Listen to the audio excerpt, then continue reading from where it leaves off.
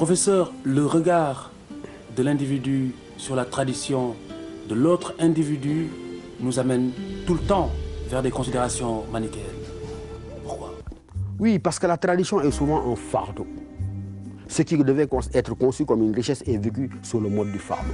Pourquoi? Parce que la tradition, en fait, elle fait en sorte que il y a des limites à notre imagination, il y a des limites à notre capacité de penser, il y a des limites à notre action. Parce que regardez, la meilleure contradiction, la plus folle contradiction que les gens font en disant il y a des valeurs culturelles, traditionnelles qui sont là, qu'on sacralise. Et en même temps qu'on les sacralise, on les enterre. Pourquoi? Parce qu'une tradition, elle ne se conjugue pas au passé. Une tradition, elle est toujours revécue, elle est toujours conjuguée au présent. Et en tant qu'elle est conjuguée au présent, elle permet d'entrevoir les lueurs simplement de l'avenir. Donc c'est la façon. C'est la façon, c'est le rapport que l'on entretient avec la tradition qui définit notre être le plus profond.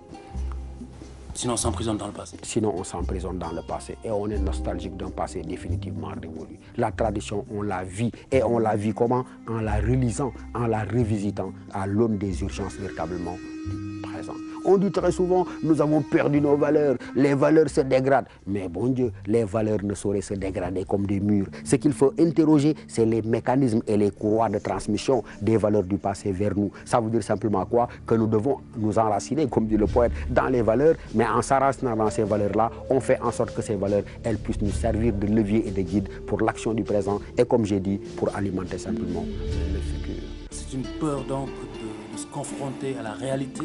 Très souvent. C'est un refuge commode.